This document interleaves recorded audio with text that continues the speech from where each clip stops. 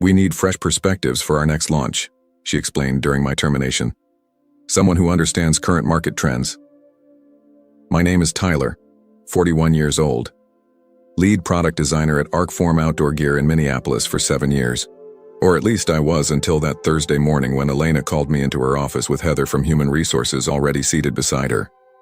I'd felt it coming for months, ever since Elena took over as creative director, bringing her glossy magazine aesthetic to our rugged outdoor brand. Everything I designed, practical, durable, built for actual mountains, suddenly wasn't forward-thinking enough. "Your work lacks the innovation we need moving forward," Elena continued, sliding the termination papers toward me with perfectly manicured nails that had never gripped a climbing rope. I nodded, kept my face neutral. 7 years of my designs had built this company's reputation among serious outdoorsmen. The Pathfinder series backpacks were my creation. The modular jacket system that won 2 international design awards. Mine. But none of that mattered now. I thanked her for the feedback, packed my sketchbooks, unplugged my tablet, and walked out. What Elena didn't know, I'd been quietly developing a portfolio on my own time. Designs Arcform had rejected, claiming they were too experimental or not aligned with our demographic. Designs I still believed in. As I drove home, my phone buzzed with a text from Brian in product development. This place just made the biggest mistake of its corporate life. I learned design at my grandfather's workbench in Duluth. He made custom wooden canoes, teaching me how function determined form. No wasted space, no superfluous details, just purpose made physical. I carried that philosophy through design school and into my career. When I joined Arcform, they were struggling, good products with poor design execution. I rebuilt their entire aesthetic from the ground up. The CEO back then, James, understood what I was doing. "Make stuff that works first, looks good second," he'd said. "The people who actually use our gear will notice." He was right. Within 3 years, our sales had doubled. Outdoor enthusiasts trusted the brand because the product solved real problems. The Pathfinder backpack line balanced weight distribution so perfectly that professional guides specifically requested them for extended treks. The thermal shift jacket system adapted to temperature changes without adding bulk, award-winning innovation born from understanding actual needs. Then James retired. The company brought in Vivian as CEO, who hired Elena from the fashion industry to elevate the brand. Suddenly, meetings were about aesthetic direction rather than performance specs. My designs were questioned, then sidelined. The newer designers, mostly fresh graduates with digital portfolios but no field experience, started getting the prime projects. 3 months ago, I submitted concepts for our next generation of weatherproof gear. Elena dismissed them as uninspired. The following week, I saw her present remarkably similar concepts to the executive team, credited to Justin, her recent hire from a luxury brand. That night, I called Thomas, an old friend who'd moved to Ridgeline Supply, Arcform's biggest competitor, as their material specialist. "How's your contract looking these days?" he asked after I explained the situation. "No non-compete," I replied. "James thought they were unethical." Thomas went quiet for a moment. "Interesting. Very interesting." The termination package was generous enough. 3 months' salary and extended benefits. Professional courtesy for 7 years of service. I signed the papers without argument and drove home in silence. My apartment felt different that afternoon. Smaller, yet somehow more open. I sat at my drafting table and spread out the sketches Elena had rejected over the past year. There were 12 collections in total, each one meticulously detailed, each solving specific problems for serious outdoor enthusiasts. Rain tapped against the window as I studied them. I'd been designing as if I still worked for the old Arcform, the one that valued function and durability. But that company didn't exist anymore. It had become something else, chasing trends instead of serving needs. My phone rang at 7 p.m. Melissa Hargrove, creative director at Ridgeline Supply. "Thomas mentioned you're available," she said without preamble. "Says you're the real talent behind Arcform's golden years." I said nothing, just waited. "Got anything worth looking at?" she continued. "We're planning our fall collection. Could use some fresh thinking." I looked down at my rejected concepts. "I might have a few ideas." "Send them over tonight. If they're good, we should talk." After we hung up, I spent 3 hours refining 6 designs. Not changing the core concepts, just sharpening the presentations. At midnight, I emailed them to Melissa with simple notes explaining the functionality behind each one. Then I went to bed and slept better than I had in months. The next morning, I woke to an email from Melissa. My office, 10 a.m., bring your contract terms. I showered, dressed in my field jacket and boots rather than office clothes, and drove to Ridgeline's headquarters across town. The receptionist led me straight to Melissa's office, a space cluttered with material samples and prototype gear. Not sleek and minimal like Elena's. Melissa gestured to a corkboard where she'd pinned printouts of all 6 of my designs. These solve problems we've been chasing for 2 seasons, she said simply. Especially this one. She tapped the centerpiece of my collection, a modular weatherproof system that adapted to different conditions without sacrificing mobility. How soon can you start? She asked. I'm available now. She nodded once. Good, because we're going to move fast on these. Very fast. For the first time since Elena arrived at Arcform, I smiled. 1 week into my new position at Ridgeline, I got a call from Peter, Arcform's production manager.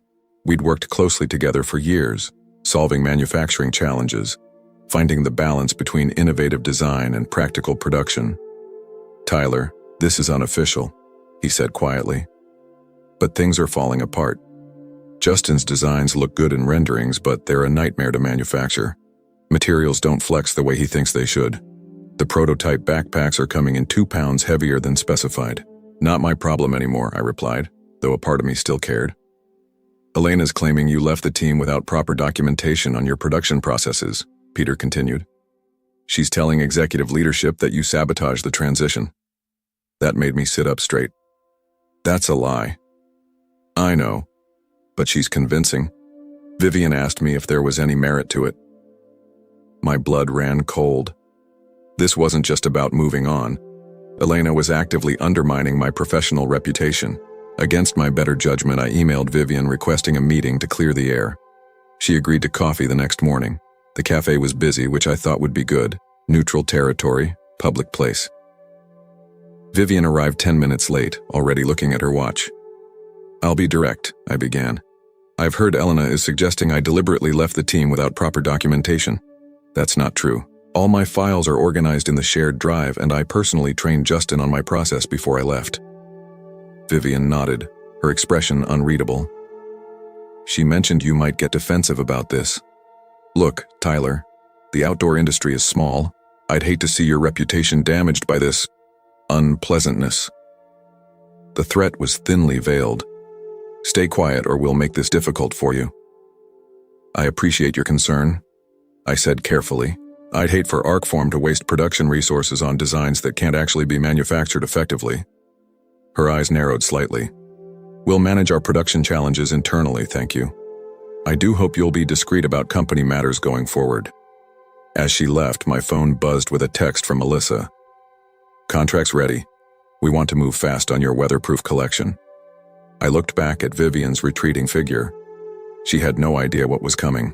3 days later, I received a certified letter from Arcform's legal department.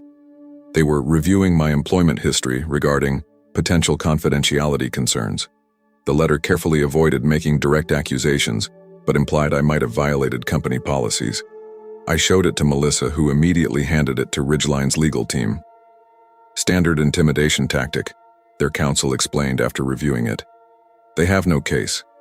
The designs you're creating for us are original, and you had no non-compete clause. They're trying to scare you into backing down. Should I respond? I asked. No, we'll handle it.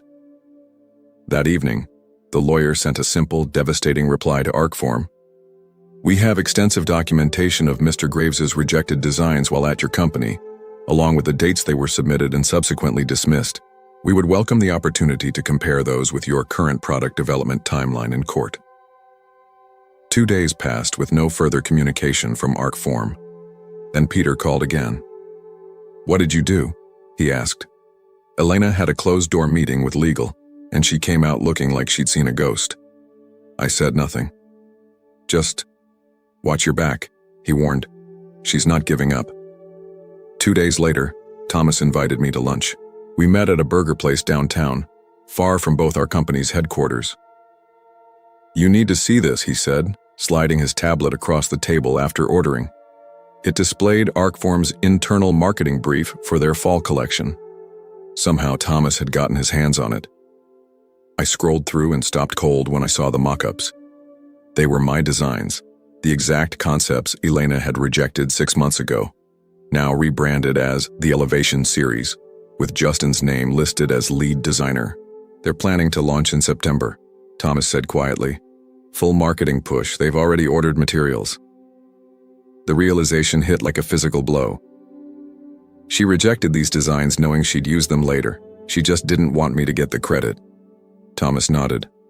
"Looks that way. But here's something else you should know." He took the tablet back, opening another document. "Ridgeline is planning to fast-track your collection. Melissa convinced the CEO to move up production.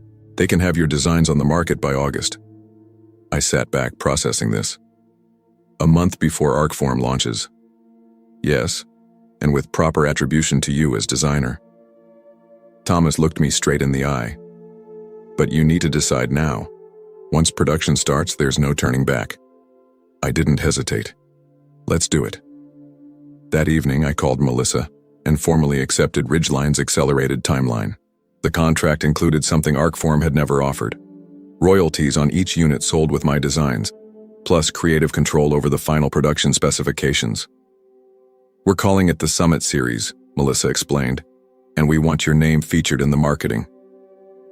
2 days later, I signed the paperwork in Ridgeline's headquarters and handed over my complete design files, not just concepts, but detailed production specifications, material requirements, and manufacturing guidelines. When I got home, there was an email from Elena in my personal inbox. "Tyler, I hope this message finds you well. I was reviewing some of our upcoming designs and realized we might benefit from your expertise in a consulting capacity. Would you be open to discussing this?" I deleted it without responding.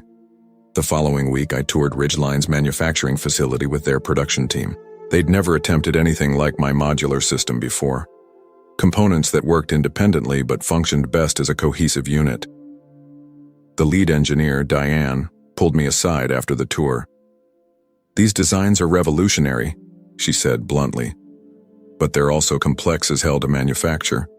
If we're really hitting the August deadline, I need you in this facility every day." "Whatever it takes," I told her. For the next month, I worked 16-hour days. I slept on a cot in the facility office twice when we were testing waterproofing systems. The production team grew to respect me when they saw I understood the practical challenges they faced. Unlike Elena, I didn't dismiss manufacturing concerns as someone else's problem. Halfway through the process, I received another email from Vivian. "We should discuss your current activities for your own professional future." Another threat. Another attempt to control what they'd thrown away.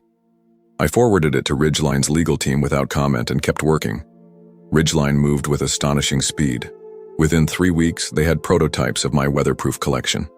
I spent days in their workshop, fine-tuning details, working directly with their production team to ensure every specification was perfect. The Summit series consisted of 5 interconnected products: a modular backpack, all-weather outerwear with removable components, adaptable footwear, ergonomic camping equipment, and specialized accessories. Each piece worked independently but functioned best as a system, something I'd been trying to get Arcform to understand for years. Melissa brought me into marketing meetings, something Elena had never done, and listened when I explained the practical benefits that should be highlighted. "These aren't fashion statements," I told their team. "They're tools for people who depend on their gear in extreme conditions." In late July, whispers started circulating in the industry. Retailers who'd gotten preview samples of the Summit series were impressed. Online forums buzzed with speculation about Ridgeline's unexpected direction. Then came the call from Peter at Arcform. "Tyler, did you?" He stopped abruptly. "Never mind. I shouldn't be asking." "What's happening over there?" I asked, though I could guess. "Vivian saw Ridgeline's preview catalog," Peter said quietly. "The Summit series is remarkable. Elena is in full panic mode, claiming they stole concepts from us." I remained silent. "The thing is," Peter continued, "we both know these aren't stolen from Arcform's current concepts. They're your original designs, the ones Elena rejected, aren't they?" "I can't comment on that," I replied carefully. You don't have to, Peter said. Your name is on them, clear as day in the catalog. Designed by Tyler Graves, former lead designer at Arcform. It's brilliant. The following day, Vivian herself called. I let it go to voicemail. Her message was terse. Tyler, this is unprofessional. We should discuss this situation immediately. Instead, I drove to Ridgeline's headquarters for the final product launch meeting. The marketing campaign was ready. The manufacturing lines were set. In 2 weeks, the Summit series would hit specialized retailers nationwide. 1 month ahead of Arcform's planned launch of the suspiciously similar Elevation series. The night before our launch, I couldn't sleep. 7 years at Arcform. Countless prototypes. Hundreds of sketches. All that work had led to this moment. Not the way I'd expected, but maybe the way it needed to happen. At 5 a.m., unable to rest, I drove to a trail outside the city. The same trail where I'd tested many of my early Arcform designs. Dawn was breaking as I hiked to the ridge. The air was cool and damp, exactly the conditions my weatherproof system was designed to handle. My phone buzzed. A text from Melissa. It's live. Website just went up. First orders already coming in. I stood on that ridge watching the sunrise, feeling a strange mix of vindication and sadness. I hadn't wanted it to end this way with Arcform. I'd given that company everything, but they'd chosen Elena's vision over mine, style over substance. Now the market would decide which approach was right. By the time I hiked back to my car, I had 17 missed calls from unknown numbers. Outdoor journalists, industry bloggers, and gear reviewers all trying to get the story behind Ridgeline's surprising new collection. And one message from Elena. You've made a serious mistake. I finally called her back. No, I said when she answered. You did. The Summit series launched on August 12th. By noon, Ridgeline's website had crashed twice from traffic volume. Their customer service lines were flooded with retailer calls trying to increase their orders. I watched it unfold from Melissa's office as outdoor magazines and gear reviewers published their advance reviews. Revolutionary. Game-changing. Sets a new standard. My name appeared in every article. 3 days after the launch, Outside Magazine ran a feature comparing the Summit series to leaked images of Arcform's upcoming Elevation series.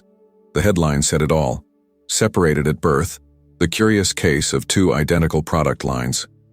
The article didn't explicitly accuse Arcform of theft, but it raised questions about the timeline, noting that I had designed both collections, though Arcform was crediting Justin for their version. Outdoor forums exploded with speculation. Industry insiders who knew me from trade shows connected the dots immediately.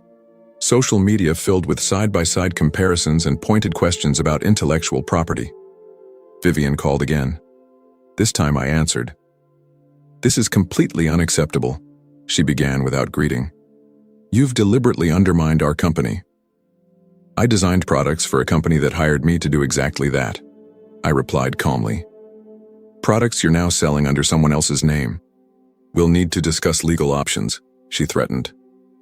That would be interesting, I said. I have emails from Elena rejecting these exact designs 6 months ago. What would a court make of the fact that you're now producing them with someone else's name attached? Silence stretched between us. You should have valued what you had, I added quietly. Good luck with your launch. The following week, Arcform announced they were postponing the release of their Elevation series for additional refinement. Industry analysts saw it for what it was, a retreat. By October, the Summit series had broken all previous first-quarter sales records for Ridgeline. My royalty checks reflected this success, already exceeding my annual salary at Arcform. Melissa promoted me to design director, giving me a team of 6 designers and complete creative control over our next 3 seasonal collections. Thomas transferred from materials to join my department as technical advisor. Arcform eventually released a hastily redesigned collection that bore little resemblance to my work. The reviews were lukewarm. Their stock price dropped 8% the following quarter. I ran into Elena at an industry conference in Denver that winter. She was at the bar, alone, nursing a drink as I walked past. Congratulations on your success, she said, stopping me. Her voice carried no warmth. I nodded but said nothing. You could have stayed and fought for your designs, she added. Why didn't you? I considered this for a moment. Some places don't deserve the fight. She flinched slightly, then composed herself. Vivian is stepping down next month. The board asked me to take over temporarily. I almost felt sorry for her. Almost. Good luck, I said, and meant it. The industry needs strong companies. 6 months later, I received an unexpected package. It contained all my original sketchbooks from my time at Arcform, along with a handwritten note from Peter. These belong to you. Elena's gone. Just thought you should know. I opened one book to a concept I'd drawn 3 years earlier, a modular tent system for extreme weather conditions. Something I'd never shown Elena. That evening, I called Melissa. I have an idea for our winter collection, I said. The following spring, Ridgeline's stock value had doubled. Arcform announced they were restructuring under new leadership. I didn't follow the news too closely. I was too busy designing what came next. Sometimes at night I still think about my years at Arcform. Not with bitterness anymore, but with clarity. They taught me something valuable, just not what they intended. In this industry, in life, your work speaks for itself when given the chance. Elena tried to silence mine, but in doing so, she only amplified its voice. The best revenge wasn't in proving her wrong. It was in finally finding a place that recognized what I'd known all along. That good design isn't about following trends, it's about solving real problems for real people. And that, in the end, is what endures.